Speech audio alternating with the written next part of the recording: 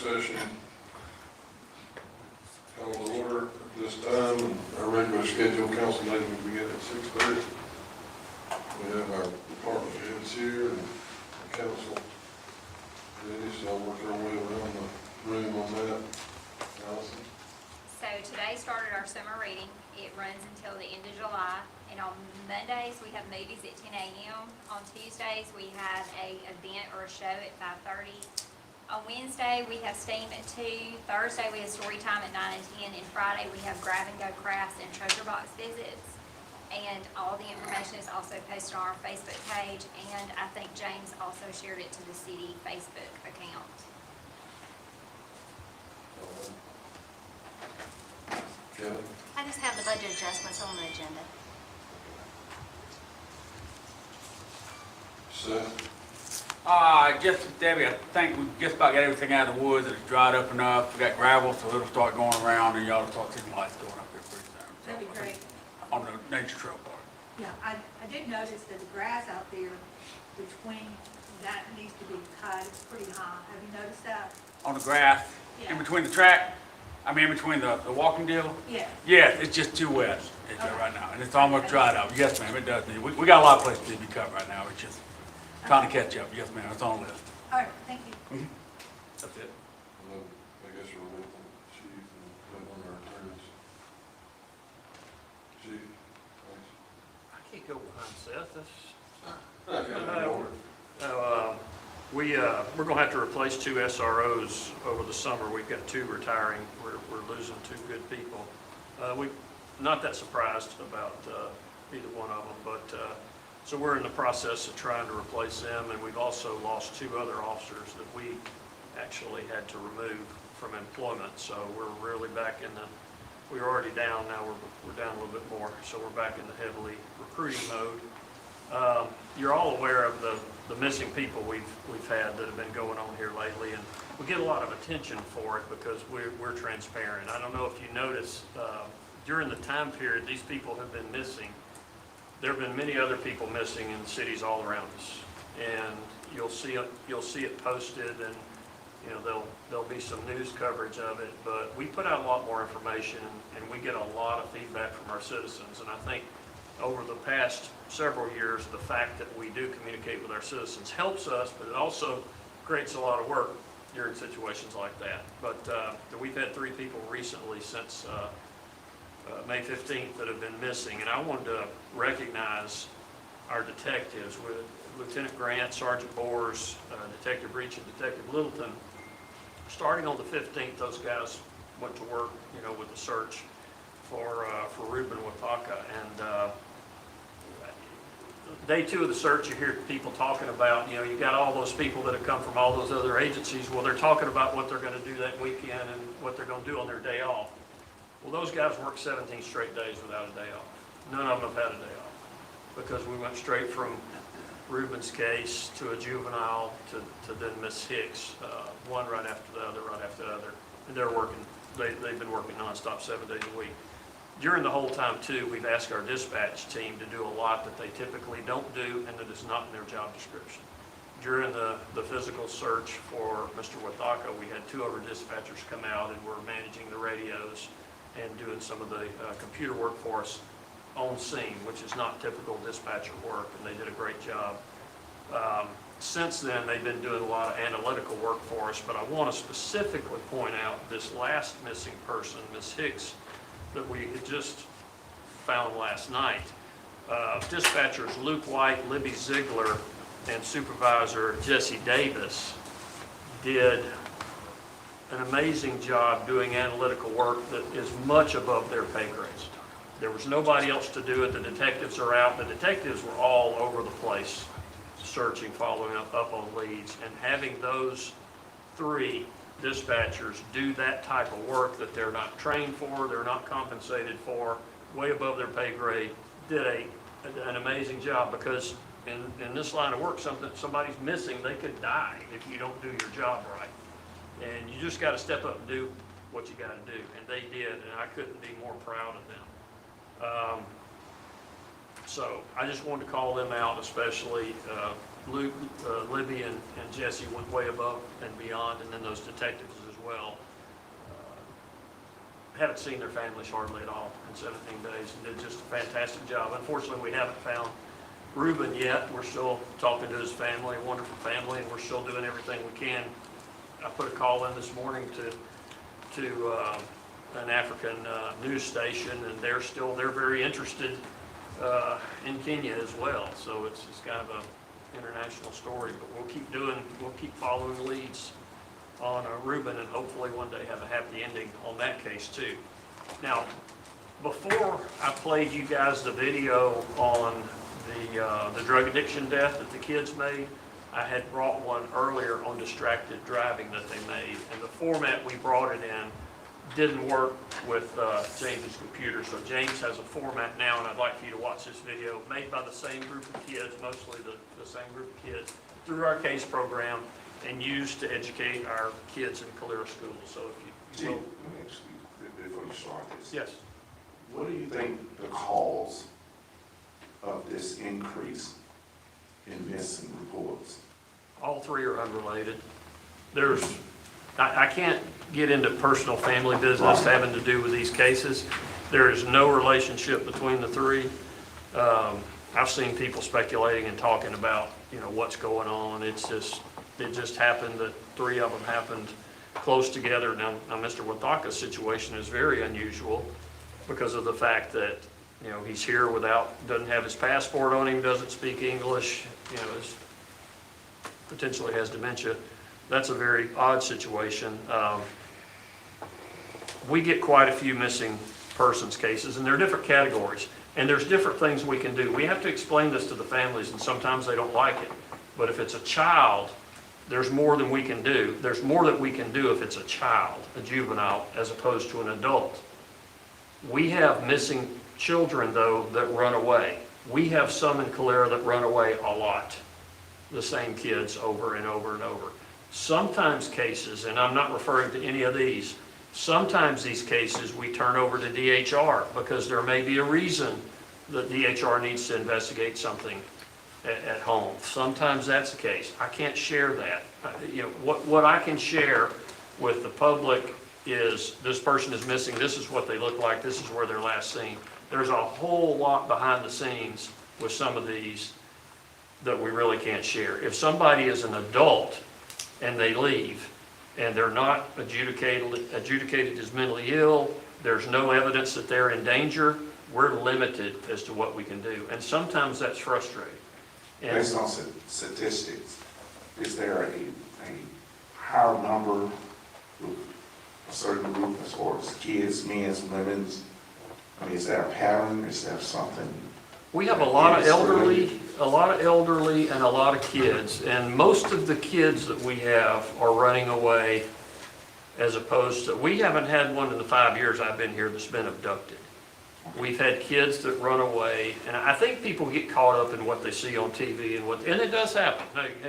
And listen, if it's a child, it is all hands on deck. We're going to go and try to find them. But we frequently have some of the same kids that run away over and over and over again, and they go hang out with people, and we try to help the parents out, and we work with DHR. And I just want everybody to understand that there's limits to what we can do depending on the type of circumstances that we're dealing with legally. There's some, because we may get a call from a parent that says, hey, we need to get with the phone company and track that phone. Well, if it's an adult, we may not have a legal basis to do that, and we can't do that. There's just, and we explain that, and normally families understand. And one thing they do understand in these cases, all three of these families that we dealt with, is that we have done everything we possibly could. And we do stay in communication with the families during these times. And I'll tell you something else, there's very little else that gets done investigation-wise while we're doing this. I mean, it's everybody. It's all hands on deck, and we're all dealing with trying to get them back, trying to find them. And it's tough dealing with those families. We feel for them. But I don't think we have more than anybody else. I don't think it's, there was no connection between those three like some people were we're thinking it just happened in close proximity, and we're very transparent. Again, I would ask you to look on social media and look at the news, and you'll see some other agencies, like Birmingham's got somebody 2 or 3 times a week. And you'll see, we put a lot of effort into it, and that's the way we want to do it. And I think that's what Calera people want too, and because we get a lot of response. The number of leads that we've covered are in the hundreds.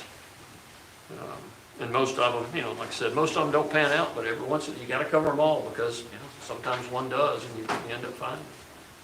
Thanks. Yes, sir. Chief. Yes, sir.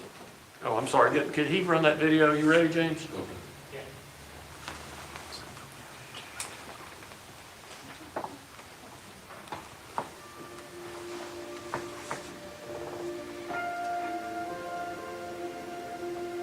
In 2023, distracted driving remains one of the leading causes of accidents on our roads. Every time you glance at your device, your attention is pulled away from the road. Just a few seconds of distraction can change lives forever. Texting while driving increases the risk of crashing by 23 times. It's not just your life at risk, it's everyone around you. Stay focused, silence your phone, and make driving your priority. Encourage your friends to do the same. Lead by example. Choose safety. Choose focus. Let's work together to eliminate distracted driving.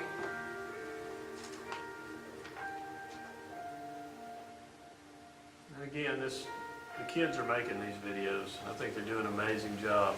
This is the second year we've worked with our school and our kids in making videos like that. And the one last year was on national news. I think the Calera kids do a phenomenal job. We're very proud of them. That's all I got. We've got 3 things. First, to respond to that video, I mentioned when in our budget work session last year, we've had a spike in our call volume, and that trend continues. And I believe a big issue is distracted driving. The number of auto accidents that we run is just through the roof. And I can run some data and probably work with them to find out, but I promise you the majority of them are because of people looking at their phones while they're driving. So that's a big deal. Number 2, I know you all probably saw some of the news where the lady lost her life at Niagara Falls last week. Calera Fire Department was part of the team that helped locate her, and also we helped do a pretty complicated high-angle rope extrication to get her body out. And that's part of the mutual aid consortium that I've mentioned, where we send resources and resources come here, and it was that same group that came here and helped us with our search 2 weeks ago. So just want to mention that. Number 3, as part of the budget adjustments, I've got a request to change, or an ask to change one of my capital requests, but it's still in the same scope. The request was to start our air pack or SCBA replacement program this year. Turns out our SCBA compressor at Station 2 has gone out. That company's out of business, and we can't get the parts to repair it. So I just want to take that money and go ahead and buy a compressor, because we got to have it to fill the bottles up for the SCBA's anyway. And so that's what that adjustment is about. And then we've moved some money also from another account where we had some excess to balance that out. So that's it. So is that compressor in the budget tonight? Yeah, it's Well, that particular one, it all stayed inside the same GL numbers. That's why I Yes. wanted you to mention it, because there's really not an adjustment to make. He's just making a request to move the money from one item to another. Right. And then there's an adjustment moving from the RPS to fund the difference. Right. Yeah, that's It's all. in the same scope of material, it's involved with our air packs. Instead of buying the packs, we just need to buy the compressor that fills the packs up. So, yeah, it'll stay in the same GL. Okay, I just want to make sure that the description and everything is noted. Yes, compressor. Oh, I didn't put the compressor in there, no. Since there wasn't any movement of money, it didn't really fall under the budget adjustment. So that's why I mentioned for him just to mention it, so you'd be aware that that's what we're doing, because there's no money moving. That's Okay, all I know standing. there's no money moving, and I want to talk about the budget tonight when it's my turn. Yeah. I just want to make sure that it's noted that we didn't do these air packs, because when we start looking at the budget and I start looking back at my notes, I'm going to say, hey, we just did the air packs. So I just making sure it's noted so that we know what we did. I need to think through that, how we would note it, because, you know, the budget adjustments, it only follows a movement of money. So I actually noted it in the GL line that's in our software. I can work on something that'll show up. Can I go change it in the capital request on ClearGov? ClearGov is, you know, where the capital requests are, that's kind of a moment in time what they passed the budget, so I wouldn't want to change it there because it was an actual budget. So let me think through that. We can Okay. brainstorm on how to do that. Yes, sir. Two things I was going to point out from legal. First, the county attorney for Chilton County reached out to me over the racetrack. What's the name of the track? H-Town. H-Town. And Chilton County, as I understand, the city is also seen a lot of problems with folks, you know, coming out of that track, causing problems, et cetera. And Chilton County's attorney wants to go move, you know, full speed ahead as far as to go ahead and get something filed against them as far as them being a nuisance. And they asked if the city would like to join into that. And I said that I'd have to get the authorization from y'all and make sure, you know, fill y'all out to make sure. But basically, we would be piggybacking on their litigation that they would file, and it would be significantly less cost for us. They would just basically add another count to their litigation, and it would get a little more oomph to them being able to have them determined a nuisance. So I just wanted to bring that to you, and I'm not very familiar with the circumstances. I would probably have to turn over to the chief if y'all want any kind of details as far as some of the problems that y'all had with them. Do you want to give just a brief? Every time they have an event, it's a concrete pad, and they have events where they invite people to come and basically do donuts. And this last one they had, they hit a young man in the car, and he was brought out to right by Tin Top, and one of our officers came to help get him medical aid. And I assume you guys came down there. I don't know if y'all transported him or what, but anyway. Huh? That was probably Chilton County. It might have been Chilton County, but anyway, you know, the guy's pretty seriously hurt. Well, every time they have those events, we have people that come from not just the southeast, they come from outside the southeast, and often in packs of cars that are very loud, very fast, and they come tearing through town. We've had a number of pursuits in the evening, before and after. The first one I recall we had, the vehicle wrecked. It was a stolen vehicle out of Atlanta, and there was a firearm in the vehicle, and the individual ran in the woods. We didn't catch him, but recovered the stolen vehicle from Atlanta. We've had another one where our vehicle was damaged here recently. We had another agency had a pursuit that went through multiple jurisdictions, and it came into Calera on 25 over 100 miles an hour. The vehicle's going over 100 miles an hour when it came into Calera. And one of our officers right out of the academy attempted to block the vehicle to keep it from getting on the interstate, and had a collision with the vehicle at a relatively low speed. Turns out there was a child in the back seat who was not the child of either one of the adult occupants. We held the child, and the mother came from Bessemer and picked the child up. But that vehicle, they all admitted they had left, you know, an H-Town event. And recently, there was a Shelby County pursuit that started in Montevallo, went through Alabaster, 2 vehicles. And if you remember, our guardrail was destroyed when one of the 2 vehicles split off. One went to 65, the other came south into Calera, and ran and damaged a man's house, damaged his air conditioning unit, and destroyed the guardrail.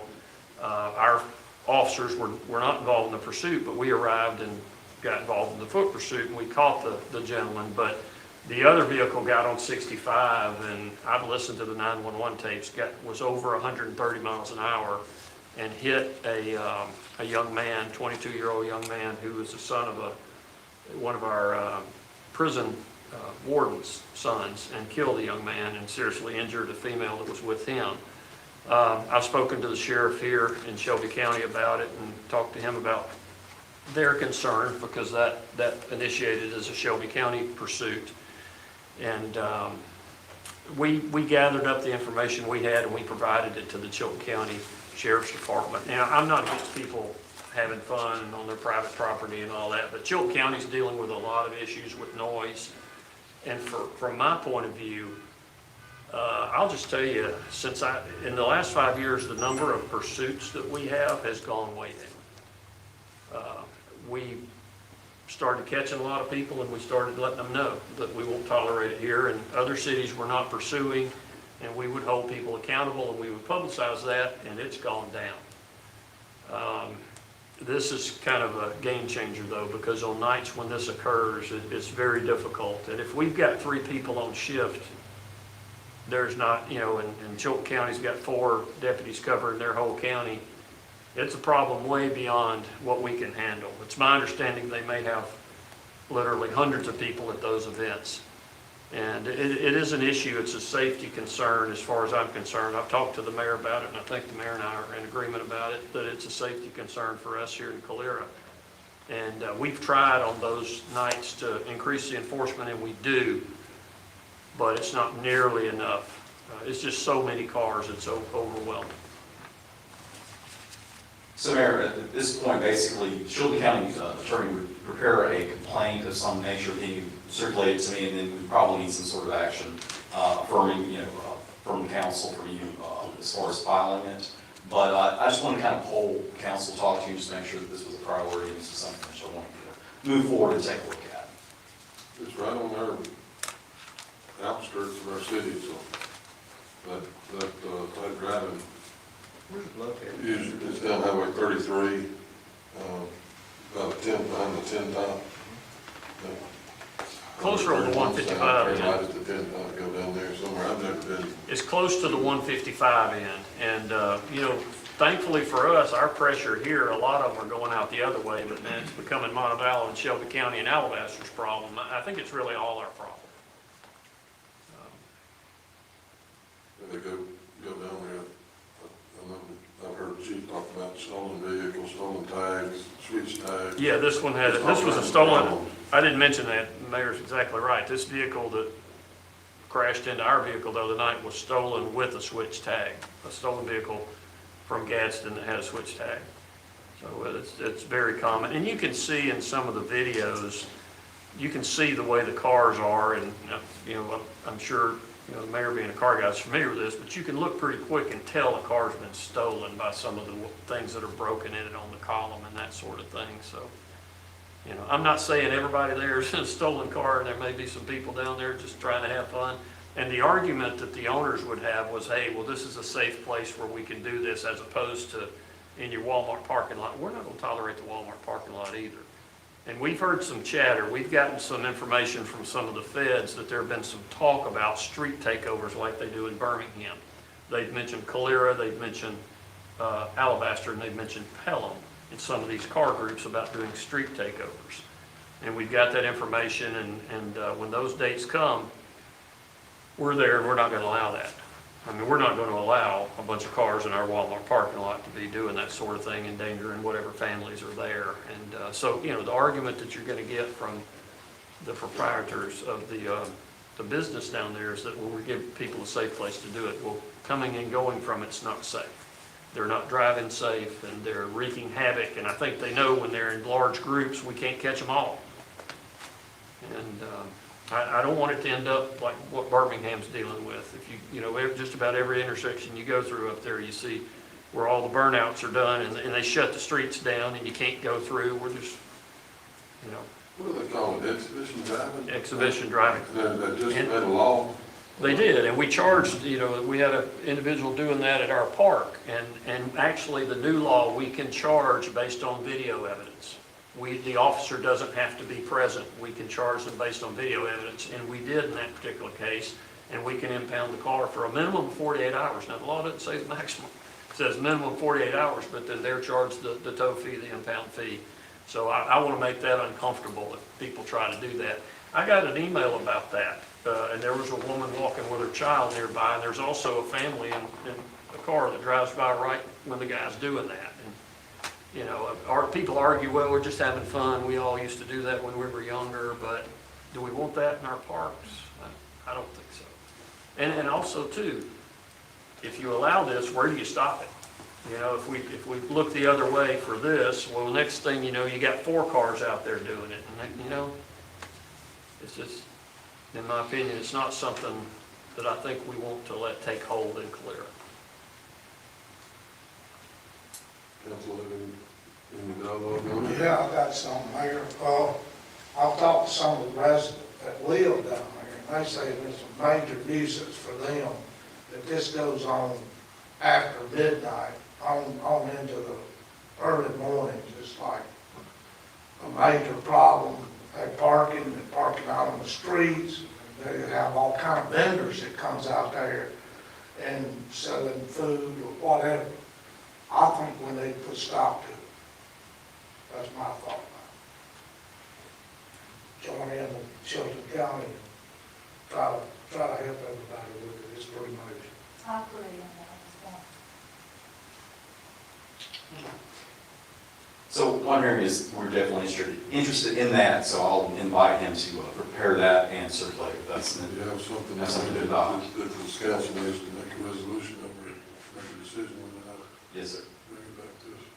And there's one more thing I want to give you an update on. A couple meetings back, there was some talk about the Kensington Place HOA and their desire to purchase about approximately 19 acres. At that meeting, I believe the HOA president appeared and said that there was a plan to develop it, that that plan included a storm shelter, and that they had done, that there's consideration for waterways and all this. So I reached out to her attorney and said, okay, well, we just need to see the plan. Send us the plan. I think there's interest from this council and from the mayor. After several weeks, they sent me an offer, did not send me the plan. Talked to the attorney says, I've never seen the plan. The offer that they made after all that talk was without a plan, that they would not want any covenants. They just strictly want to purchase 9 acres, not 19, and they don't want it to be available to the public. So I told them that I thought that was probably a non-starter, but I just wanted to confirm with you that if there's any desire for me to continue negotiating with them, but there is no plan that I've seen. If there is one, it just hasn't been shared with us. And now they want to buy 9 acres for $10 for what would be an HOA private property. So I'm just the messenger on that. So I think that says enough about the idea. yes, sir. I don't know if we need to move forward. That's all I have. Anything else? Bill? I don't think so. Reggie? No, sir. James? No, sir. All right, council, Ms. Kay? Thank you. Mayor, what are the plans for the Cosby building? Do you have developers showing any interest? We had one developer, and we had a couple of meetings, had a couple of ideas shared, and to no avail. I've tried to call him a couple of times, and I've sent him an email, and I think that one must be dead on the vine. Okay, no interest at Had a this nice- point? Had a nice plan, I think, he was on the plan, he was on some of the pictures and ideas, and maybe it was Debbie that came to that. Anyway, there was some conceptual pictures passed around. I can't get him back on the phone. Anyway, couldn't get him to answer an email, so must be no interest. At that time, was that anytime within the last 8 months? Or was that the early part of last year? Most recent has been in the last, most recent was, I think, in November. November? Yeah, in the last, that's the most recent I've heard from him. I'd have to look back at the email and voicemail, but, he had some good ideas, and it was really interesting, so, wish we could have what he drew, when he showed pictures of it, looked nice. And he was the only That's the only one I've heard person from. that was That's- interested? That's the only person that's reached out to, that I know of. Well, what can we do marketing wise to get interest there? I know that, the ladies from 58E had the information and they've talked to different people. They've even talked to this particular individual that was pursuing us. But I don't know if it would be, I don't know exactly how to market that, but we need to come up with a way I would, to pursue. Mayor, I'd like to see us go ahead and develop, get with an architect. I met with a different architect a couple of weeks ago when we was in Huntsville, that's willing to come in and talk with the council with you about, what we want to do with the building, and they're willing to, do the architectural work on it for us. If we could get to the point that we let this architect come in and meet with all of us, we discuss what we want it to look like, I think we might could get it in the budget for, this next year. I think it's gonna have to be the city to go ahead and develop that. Before the city spending the money to do Yeah, it. I think the city might have to be the ones to step up to the plate and develop that Cosby building out and lease it out. And then we can maintain our own destiny of what we really want it to be. You know, I totally agree with that because as Kenny was saying, as we was talking to the guy, at the conference, his thing were, his costs and everything would be within reason. If we were interested in getting them up here, to talk with us. And when you look back over the time period, we've been dealing with this for going on the 4th year, and not really having a solid, interest. We will have to change our direction, as far as what we are doing, in order to get someone in those buildings. We spent a lot of money on those, and to enhance the downtown area. And I totally agree with Kenny that we need to possibly look into handling it and building it out ourselves. Because from what I'm understanding is that everybody's telling us the same thing, that the buildings are too far, too much investment need to be put into these buildings. I think it's a significant amount of money that needs to be spent. My suggestion would be to get, maybe get a proposal from an architect. Or could you also schedule him to come and meet with us? I can. Yeah, could you do that for us? Yes, I got his number. I'll get in touch with him and see when he can visit the site and set out a meet with the mayor and all the council people. Go with some suggestions from him of what we can do with this, and then also some suggestions from Main Street, what they think we need to do with the building. So, I think once we move forward with that investment, you'll see a big change in the whole downtown area. If we can get the right people, a lot of people can't afford the money to build it out. I know it's a big chunk on the city, but we're already over $500,000 in debt with it now, it's just sitting there. So that's just my input, but yes, I will just set up. Okay, 'cause I would look forward to listening to his ideas. Also, the fiscal year will be here in a few months, and what needs to be accomplished downtown for Main Street? Where are we with the railroad easement and the dumpster pad?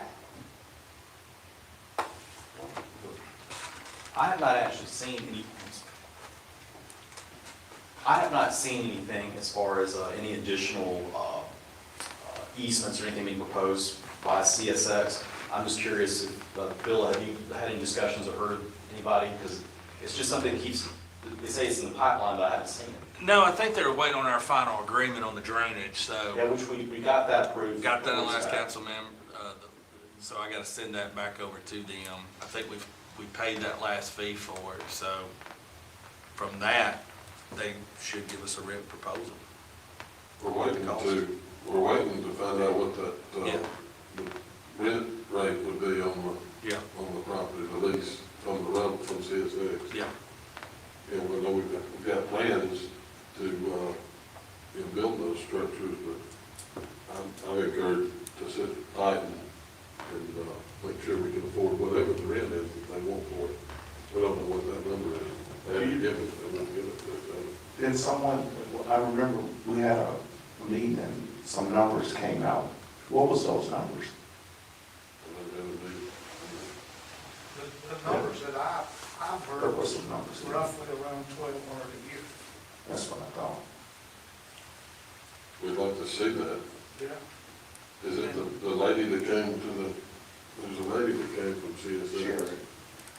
I've got her contact, as well as the attorney that handled the last agreement, so I'll send them an email and just kind of see if I can push that logjam. So if we can get a firm number. And, I said, once we got beyond this, first hurdle, we'll deal with that, so. Yes. I know it's moving along, but it's awfully slow. All right, well, I'll see if I can get a response out of them, starting tomorrow. Okay, and the repave on 25, we're also excited. It is awesome. So just want to give a thank you to all the people involved for that improvement. And that's all I have. Thank you. Yeah, I have a couple things here. I think the city and the Chief Heitch might be able to elaborate more on this. But I think the city, as far as THC and Delta 8 and vape, we, as our city and the state has a win with the new law that's coming into effect. Do we agree on that? Absolutely. They have to be in compliance by January. The new law is July, correct? Correct. So I'm excited about that. But I'm not excited about losing 2 SROs and 2 officers. And Chief Kendrick, how many firefighters have we lost? We've had 7 retirees over the last year, and we've replaced some of those, and we've lost 2 in the last, or they're in the process of working out notices to go to other jobs. Okay. So I say that because I'm concerned that the city is getting into a crisis with the lack of police officers and maybe some firefighters. And we have other positions open here in the city. Is that true? Bill, do you have positions open in your department? Always. Always. Are they being filled quickly or okay. So that tells me something. You know, the budget is coming up. And I would like to see that we do another pay study for our employees. I'd like to have people beating the door down to come to work for Calera. And when I say a pay study, I don't feel like we're losing people to other counties. We're losing people or personnel to our county. So we need to look at what's going on, what's the pay study, what's the pay grades at cities and the county level here in our area. Does anybody else agree with that on the council? I want it to make it attractive. I don't want to be at the bottom. I don't want our employees come and say, hey, we're getting paid the less of anybody in Shelby County. I want us to be competitive. I'm not saying get to the top. I'm saying we need a happy medium. So with that said, can we request a new pay study? I don't think the pay study should be way off around in another city way down the road. I think it needs to be compared to where we locally around here that people will sell their home and go to work or can stay here and then go to work to that area instead of just getting randomly way out there and just to come up with a number. And I agree on that. We need to be a good steward with the taxpayer money here, but we need to give them top-notch service. So if that's with the police, the road, the fire, even the city hall, we need people that want to come to work here at Calera. I want your door beat down every day, Chief Heitch. Well, I will tell you, since I did we call the agencies that we compete against and we got their numbers, 2 other chiefs have called me from Shelby County, and they're doing the same thing. It's pretty frequent for chiefs or sheriffs to call and ask what your pay scale is, and we send it to them. But I've had 2 other departments that are doing pay studies again, I guess, or they're requesting that information to me, both of which were in the information I gave you when I provided that to you. So when we go to budget and start having budget talks, can we have all that information and have a pay study done? Have it already completed? Is that possible? How long did it take for the last pay study to get? I think it was a 6-month process. Wouldn't you say, Connie? 6, 8 months? Do you remember what that cost? I don't. It's a pretty big price tag associated with the study, you know, Well- when you hire it out. Well, here's the deal.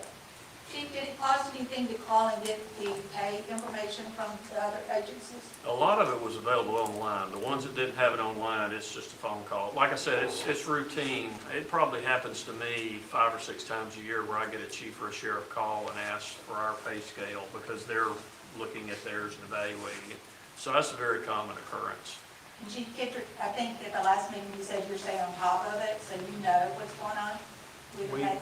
I think everybody that works for government, local government tracks the salaries of everyone in their area. So it's common knowledge, yes, ma'am. You think something that we could probably get pretty easy?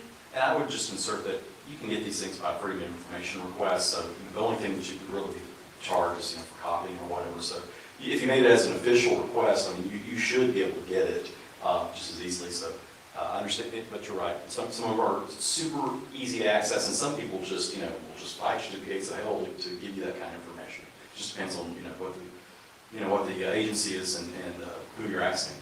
We got it all in a few weeks. It really wasn't. And putting the little charts and all together was not difficult. It didn't take much effort at all. So Bill, are you able to figure out what other people are making? No, utility boards are a little different. They're not required by law to publicly advertise it. They may be under FOIA. I think you were looking into that. Yeah, I was looking into, I think that, that under the new law that you should have more authority to get that stuff. And, the law changed a little bit back in September. So I think maybe some people just aren't pushing hard enough with some of them, but I think you're supposed, they should be obligated to provide that even more. Yeah, so they won't, a phone call, no, because they know what you're using it for. So we could probably get it somehow elsewhere, or, the street people as well. Yeah, maybe. And most of these agencies we dealt with have a public safety pay scale that's police and fire together. And so that's really already been done. And they've got, Chief and I have talked about this, they've got the equivalent ranking already figured out. I mean, Hoover has it, Alabaster has it, Helena has it, so we don't have to reinvent the wheel for that. For the public safety pay scale. So police and fire is not difficult at all. Okay. I don't want to be at the bottom, and we don't necessarily have to be at the top. I just want a happy medium with these pays all the way across the board. And I want to talk to you about the video from the last council meeting, the death by addiction. I was at a loss for words that night, but I do want the students and Kevin Grant to understand that that was an extremely powerful video, and I did go back and watch it a couple times because it did touch me that night. Now, the one with the driving, distracted driving, this part is extremely well too. But I want to talk to Chief Kendrick about this one. Chief Kendrick, Highway 70 and 31 seem to have a lot of accidents there, right? Yes, ma'am. So is there anything, and this may be a bill question, that we can do to put an extra delay on those traffic lights to make sure everybody stops? That's definitely a bill question. Bill? It's 70 and 31. So where's the accident happening? Coming off of 70 on to 31? I think so. Can we ask the State Department or somebody to put a delay on those traffic lights? Yeah, I can ask them. I probably need more details of the accident. Is it straight through, people turning left, is it northbound, southbound hitting them? I need a little bit more detail. Chief Kendrick, can you help us out with that? I can get the data for the number of wrecks there, but as far as the calls, that would be a law enforcement. But we can work together and create that data. Because I'm thinking, I think if we put a delay on there so that all traffic stops on red before we let the lane go on green, it might help us out. So if that's something we could talk about and have maybe some information on the next council meeting. Sound like a plan? Yeah, I gave you copies of those maps that we ran last time, and I think it showed that as one of our hot spots, but I also think it's unbelievably significant that the hottest, Chief Kendrick would agree, the hottest spot in the state is North Calera and South Alabaster on the interstate. I agree on that. We can't control that, but we do maybe have some incentive to delay those traffic No, lights. but that's manpower intensive. I mean, I know James posted a while back, where we had 4 wrecks with 3 officers on duty. And, I mean, we could have a traffic unit and keep them busy, totally separate from everybody else. We have that much. Appreciate it. That's all I have. I'm sorry.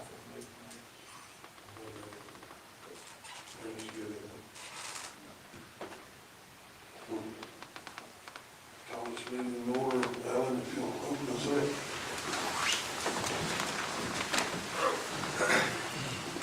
Everybody come before you and acknowledge you as king great leader. Father, we ask that you be with us as we move through this meeting, make good decisions on behalf of the city and the citizens. Father, we ask that you continue to work with the personnel searching for Mr. Rubin. We just pray for a good result. We ask these things in your son Jesus' name.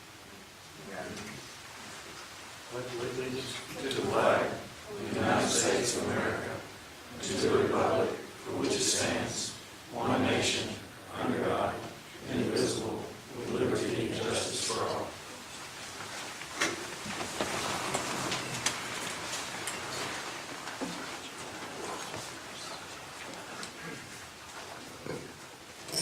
All right, the first item on the agenda is the approval of the agenda. I make a motion to approve. The motion to approve the agenda as is. I'll second. Motion and a second, all in favor, say aye. Aye.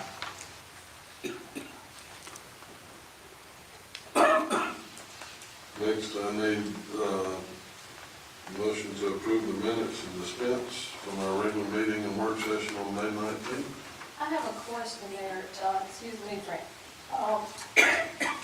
The students were not on the list of guests. Am I wrong? I was looking just now before we started, and the students that did the video, they were not included as guests. They were not asked. They did not request to get a guest. Oh, okay. The speaker. Okay. I had all of just, them, I had all of them listed under the chief. Oh, okay, okay. If that wasn't done correctly, that was my fault, not Connie's. Okay, I just thought it was an oversight, because I wanted to make sure, because, like I said, Councilmember Byer said, they did a fantastic job. And, when I see them, I'd like to thank them, because that is very instrumental in saving their lives and their friends. So, just wanted to see if, make sure that they were included in the minutes. Anybody want to make a motion to approve the minutes? I'll move. The motion second. And a second, all in favor, say aye. Aye.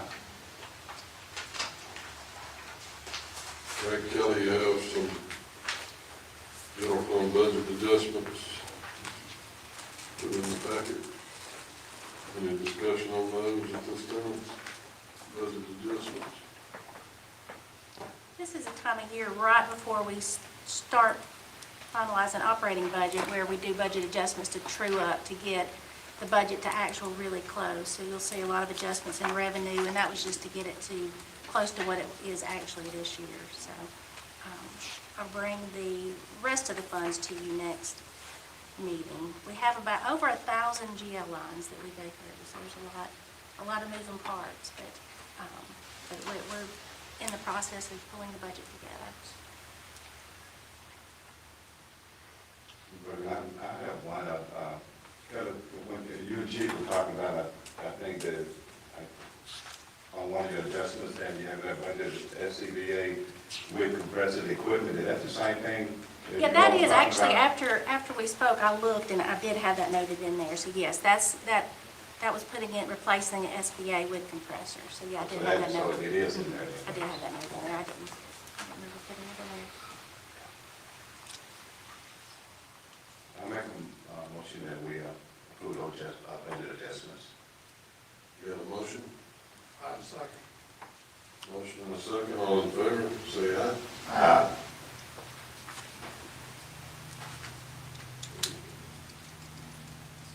Resolution 2025-34 is an ALDOT agreement about the interstate work. I think that's where that is on that 65. This is the northbound side, I think, Bill. Any discussion on that ALDOT resolution? Bill, can you kind of brief us on what this is, please? So that's, most of that, of course, they're widening, but a lot of the work is the airport exit, that bridge. The bridge is gonna be raised, and then they're gonna change, so if you're going northbound, coming from west, you won't turn left anymore, you'll turn right, and you'll make a loop, get back on the interstate, to get on the interstate that way. So it eliminates a left-hand turn to keep traffic moving. Then also, I think it adds another southbound exit onto 87. I think it's adding another exit lane for that. It's doing a good bit of work at that exit right there to keep traffic moving a little smoother. That's kind of the highlights. We think they're much improvement, much needed improvements. Yeah, the right turn is really, that's going to be really big for keeping people moving north. Yeah, it's going to help a lot. And then we'll make a motion to approve that resolution. I so move. I second. Motion and a second, all in favor, say aye. Aye. Board appointments, we have a recommendation from here for Board of Adjustments for Richard Byers to take a seat on that. Is that what you recommended, Tip? Yes, sir. He'll be an alternate position. And the alternate for that board. Any discussion on that? If not, I need a motion. I make the motion. Well, it's not a paid position. I make the motion. I second. You have a motion and a second, all in favor, say aye. Aye. I'm bowing out of that. You can abstain, it's just Okay. really not a big issue because it's not a paid position, so whatever. We're gonna take care of it, we won't get in trouble. Well, I was making sure I'm not voting for me. Oh, just a quick question about the, Object. I had a question about the bridge, the airport. Will it be lighting there, Bill, on that?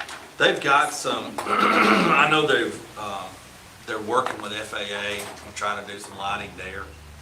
I don't know the final answers on it, but I do know that I haven't sat down and studied all 100 pages of their design, but I do know that they are working on trying to do some lighting there. But the airport's right there beside it, so they're kind of sensitive about lighting being any confusion on it, so. But I do know they are working on that, Okay. trying to do what they can. Mayor, before we close out, I want to go back to something, if I may. Bill, earlier, I think the question was asked, do we have an opening in your department? Well, I know within the last, I think you and I talked, and you told me you was full. And For the job description you were asking about, I was full. I know there have been numerous of people who have applied and said they have came down and talked to someone or tried to talk to someone about a job and jobs. And, you know, when we're here, we're full, or we need help. And then when the people go down there, there's no jobs. Even with the park and rec department, same thing. I know numerous of people. Well, let's don't confuse it. So jobs for entry-level jobs, sure. I mean, it's lose 2 1 week, hire 3 the next. Lose 2 2 weeks after, hire 4 more. Where I'm not full and where I've had openings since the day I've been here is operators for my sewer and my water plants. That's where I always have openings. I've had an opening for a sewer operator. I've been here 5 years and I've had an opening there for 5 years. And probably gotten 2 applications of qualified folks. I've had a grade 4 water operator job open since probably August or September, and there again received 2 applications. So that's where I have openings. But like I said, entry-level jobs, they come and go. And we may go through, quite honestly, entry-level jobs, we may go through 8 or 10 of them a year, at least, maybe more. So you may ask on a Monday, do you have an opening? Sure. They hire somebody Tuesday. But just hang on, they'll probably quit Friday. That's all I have on my agenda. John, since you didn't get, since that time, I just have a question for you to answer, or maybe a deal, I don't know. Have the city started mosquito spraying for this year? We have, we've gotten that complaint, probably one you're referring to. So we spray on Mondays and Thursdays. There again, we've had a lot of new folks spraying. Now, we didn't spray last week because we don't spray when it's raining, but we have started spraying. They'll be spraying tonight. And in that particular area, it may have been a little confusion with one of the new drivers that, we say, hey, when you get close to Quick Trip, they cut the sprayer off because a lot of times there's a lot of people outside of Quick Trip and we don't want to, fog them out while they're out there doing whatever they do and, getting gas or doing whatever. But yes, we have started spraying twice a week. And are we covering, the city, do we cover all the jurisdiction or just city limits? I don't know the specific routes, Ernest. I can get you a map. I just wondered. I want to say it's just city limits. Just in the limits of Tuesday. But don't quote me on that. I'd have to get the routes from them. Those routes have been established for years. And I think they have it split up into 4 routes, like North 1, North 2, South 1, South 2, I think. But I can get you, we've got a map on it, so.